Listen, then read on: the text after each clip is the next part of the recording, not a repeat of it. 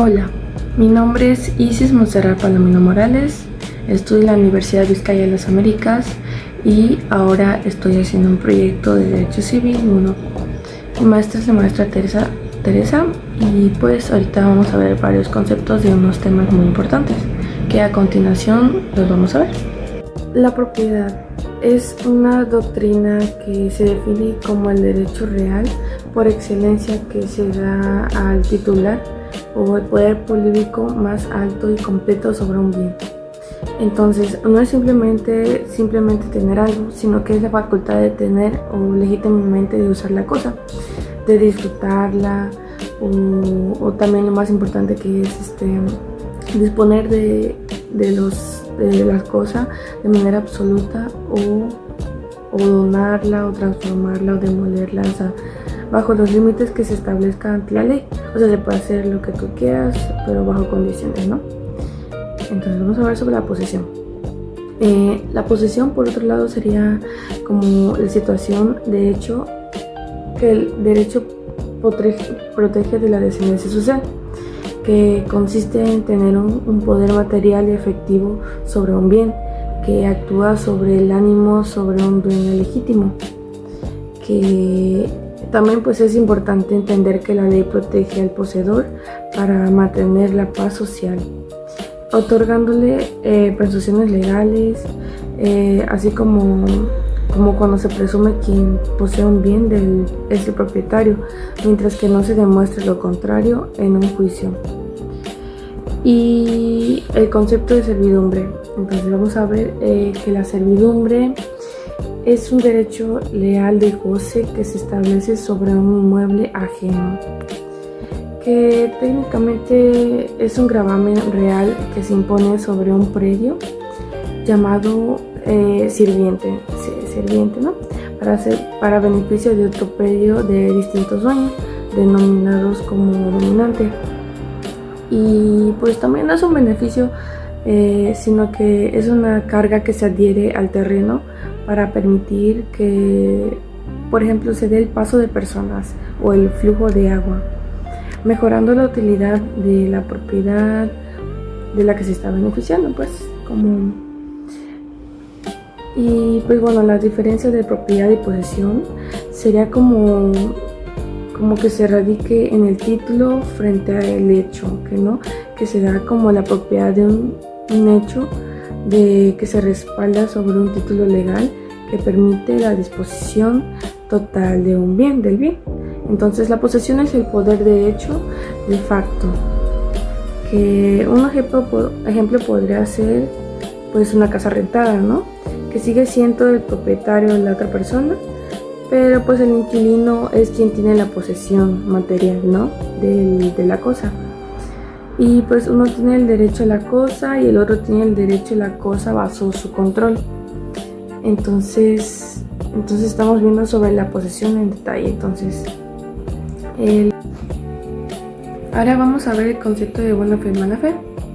Entonces, dentro de la posesión, la intención es muy crucial porque, pues bueno, la buena fe existe cuando el poseedor tiene la convicción de que su título es válido y desconoce cualquier vicio que se valide.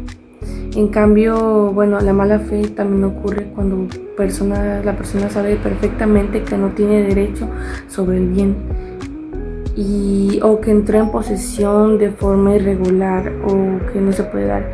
Y pues aún así esta persona mantiene el control sobre la cosa. Entonces esto determina si el poseedor puede quedarse con los frutos o debe pagar daños al dueño original. Entonces es muy diferente una de buena intención y mala intención. Ahora vamos a hablar de tentación. Bueno, la detentación es lo que conocemos como posesión precaria o derivada. Entonces, aquí la persona tiene el objeto físico, pero reconoce que el derecho también es un derecho de propiedad, le pertenece a otra persona. Entonces, como ese es el caso de los arrendatarios, ¿no?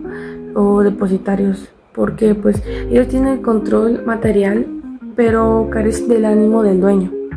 Entonces, pues jurídicamente se tiene que el detentador no puede adquirir la propiedad por el paso del tiempo, ya que se reconoce que alguien más tiene un derecho superior. Y Y bueno, pues los elementos de la posesión serían que para que exista una posesión en sentido estricto se requieren elementos como el corpus, que es el elemento material o la relación física directa con el objeto, y el animus que osidendi, que se ve como el elemento psicológico o la intención mental que se actúa como el verdadero propietario. Y pues si solamente tenemos el corpus sin el animus, pues estamos ante una simple tentación. Entonces ambos deben de coexistir para que la posesión se produzca y dé efectos legales para que se pueda dar, ¿no? Pues, y la servidumbre también, ¿cómo se puede extinguir? Pues bueno, la diferencia entre la servidumbre legal o la involuntaria, entonces sería el siguiente punto. Entonces la servidumbre se clasifica por el origen. Entonces las legales son impuestas directamente por la ley debido a una necesidad pública o de vecindad, como el de paso forzoso de drenaje. Entonces las voluntarias nacen de la voluntad de las personas y los propietarios se ponen de acuerdo o mediante un contrato o testamento para crear este derecho, entonces sin que exista una obligación legal previa o simplemente por conveniencia mutua. Y en el otro punto es la diferencia entre servidumbre de paso y de aguas. Entonces la servidumbre de paso son las que se otorgan de darle transitar que en un predio ajeno que se transita en una vía pública o con el terreno está incomunicado, ¿no? En la servidumbre de aguas o acueducto permite que pasen por canales o tuberías, por predios vecinos para algún consumo.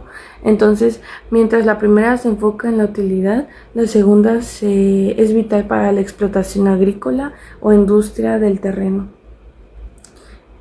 Y pues la otra es la forma de extinción de la servidumbre. Servidumbres, aunque suelen tener una vocación de permanencia para beneficiar la utilidad de los predios, pues no son eternas, porque existen causas legales específicas por las cuales este gravamen puede desaparecer, o consolidaciones o reuniones. Bueno, estas son las formas más naturales de la extinción.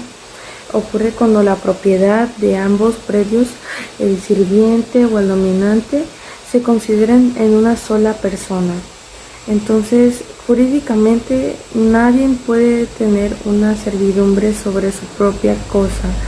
Entonces, por lo que el derecho desaparece al no existir ya un terreno ajeno.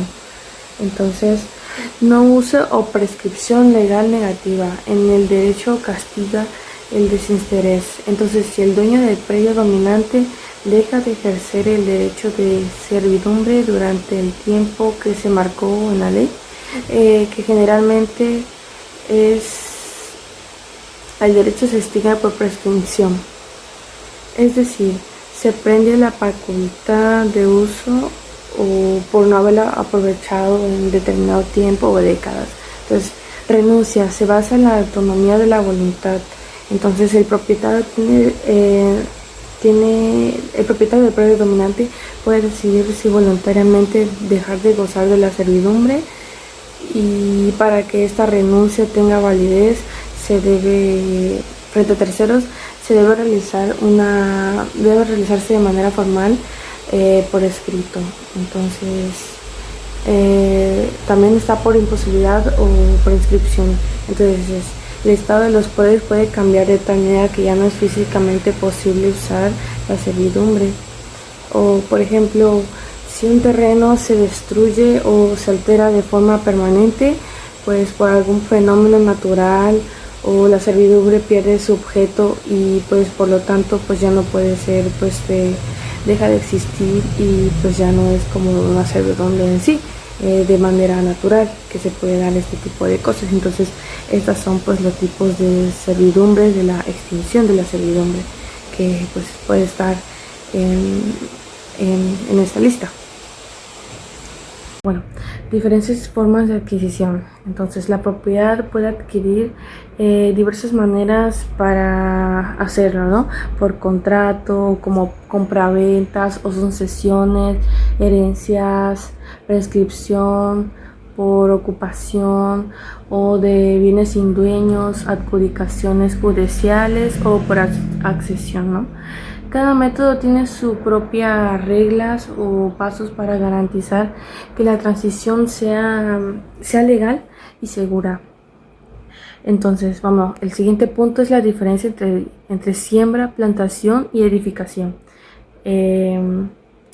Estas son formas de extensión artificial que se da como la siembra en cultivos temporales de ciclo corto, y la plantación se refiere a árboles o especies vegetales que permanentes con raíces profundas, ¿no? Y la edificación implica construcciones materiales estables como casas, muros, en los que se puedan estar más tiempo, ¿no? Y la regla puede ser que lo que se incorpora al suelo pasa a ser propiedad del dueño del terreno, lo que está en la tierra, ¿no? Entonces, en la accesión, vamos a ver la accesión. La accesión es un modo de adquirir la propiedad basado en el principio de que el accesorio sigue la suerte de lo principal. Ya lo habíamos visto en clase, ¿no? Es el derecho por el cual el dueño de una cosa hace suyo todo lo que ésta produce, como los frutos de un árbol o todo lo que se le une o incorpora naturalmente a algo. Entonces, artificialmente o se busca la destrucción de los bienes o intentar separarlos. Entonces, ¿en qué consiste el aluvión? Vamos a hablar del aluvión. El aluvión es una accesión natural riberas de ríos, ¿no? Consiste en el arrasamiento paulativo e imperceptible de tierra, de predios dominantes, de agua o debido al depósito de procedimientos de que la corriente va dejando, es algo natural, ¿no? Bueno, este terreno o ganado se integra a la propiedad original de forma automática. Entonces, vamos a hablar de la abulsión. Es a otro punto diferente. A diferencia del aluvión, la abulsión es un movimiento violento y súbito que ocurre cuando la fuerza de un ruido arranca una porción considerada o identificable de un terreno y la transporta a otro predio. Es lo que el dueño original tiene un plazo legal para reclamar su propiedad. Si no lo hace en estos casos, el dueño debe de se adquiere al otro predio, al otro dueño por accesión. Entonces, la diferencia, ahora vamos entre las diferencias de confusión y especificaciones. Como finalmente en bienes muebles, la mezcla es la unión de cuerpos sólidos como arena, y la confusión es de líquidos como el vino, el agua que se mezclan, ¿no? Y en ambas nace una copropiedad, y la especificación se usa como una materia ajena para crear una obra nueva, así como están en los ejemplos, así como un artista pone una escultura de mármol. Entonces aquí se ve si de quién puso el trabajo o el material. Y entonces, bueno, pues en conclusión, pues considero que el estudio de estos temas fundamentales, pues para cualquier abogado es muy importante, porque habla de temas principales sobre la posesión. Son como conceptos teóricos, sino que son bases que se construyen a base de la seguridad económica o social en el día a día. O sea, es gracias a esto podemos entender cómo se adquieren estos derechos y se permiten dar soluciones justas, y nos evitamos muchos conflictos en la vida cotidiana.